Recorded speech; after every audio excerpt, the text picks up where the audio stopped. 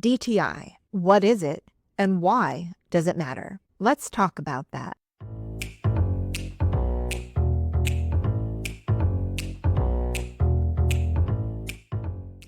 Hi there, everyone. Welcome to Brick by Brick, Building Homeownership. I'm your host, Suzi Beaver. Today, we are going to be discussing DTI, what it is, and how it affects you. DTI means debt to income ratio. This ratio is calculated by adding together all of your debt and dividing it by your total gross monthly income. In the mortgage world, we have two DTI factors that we need to pay attention to. The first is your housing expense ratio. This consists of your pity payment.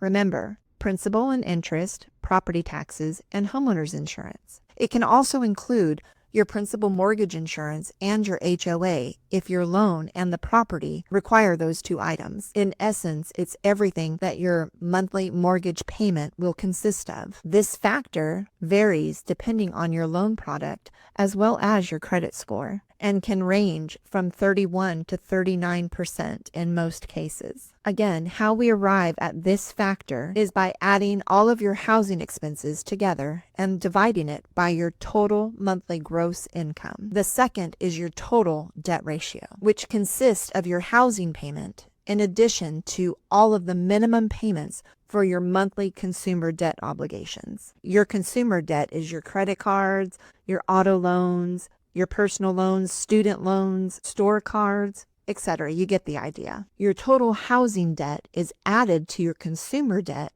and then divided by your total monthly gross income to get your back end or total debt ratio. As a mortgage lender, depending on your loan product and your credit score, this factor is typically around 43%, and I've seen in some cases go up to 49%. Why is this important? Glad you asked. This is because when your total back-end ratio is too high, you can't qualify for a mortgage loan. As we stated before in earlier episodes of the podcast series, credit is so very important, but having healthy credit is just as important. That means having a good balance of credit cards in relationship to term loans. What is that? Again, glad you asked. This means that a loan is taken out for a predetermined period of time at a fixed interest rate at a fixed purchase price. A great example is an auto loan. Your auto loan consists of a purchase price, an interest rate, a period of time, say example 5 years. Your payments are factored based on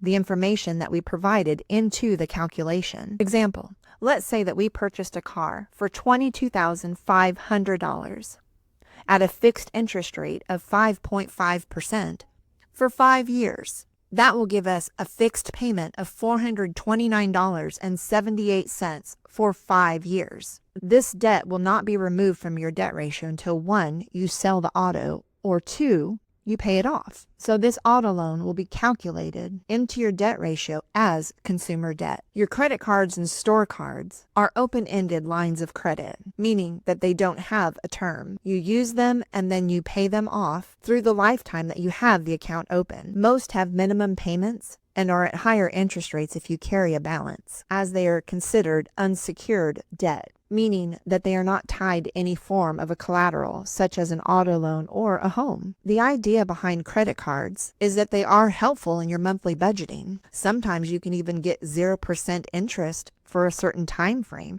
so that you can purchase larger items and pay over time, and you won't pay any interest on that credit card as long as you pay off that larger purchase within the promotional period of your 0% interest card. Sometimes you can get 0% interest cards that you can pay for a larger purchase over time. And if you pay it in full by the end of the 0% promotion period, you will not have to pay interest on that purchase. However, credit cards should be used to help you with your budget, such as buying groceries, getting gas, paying your utility bills, and then paying the credit card off every month. Kind of like having one bill instead of 10 for simplicity reasons and time management. The idea is budgeting so that you pay it off in full every month so that you don't carry interest. I know and understand that in today's economy, but this should be the goal. This is using credit cards responsibly. We will be going deeper into this subject in the near future as we go over some great tools that we have at our disposal to help you get your credit under control and to get your debt ratio into housing purchase values. Remember, knowledge is power, and we only know what we've been taught.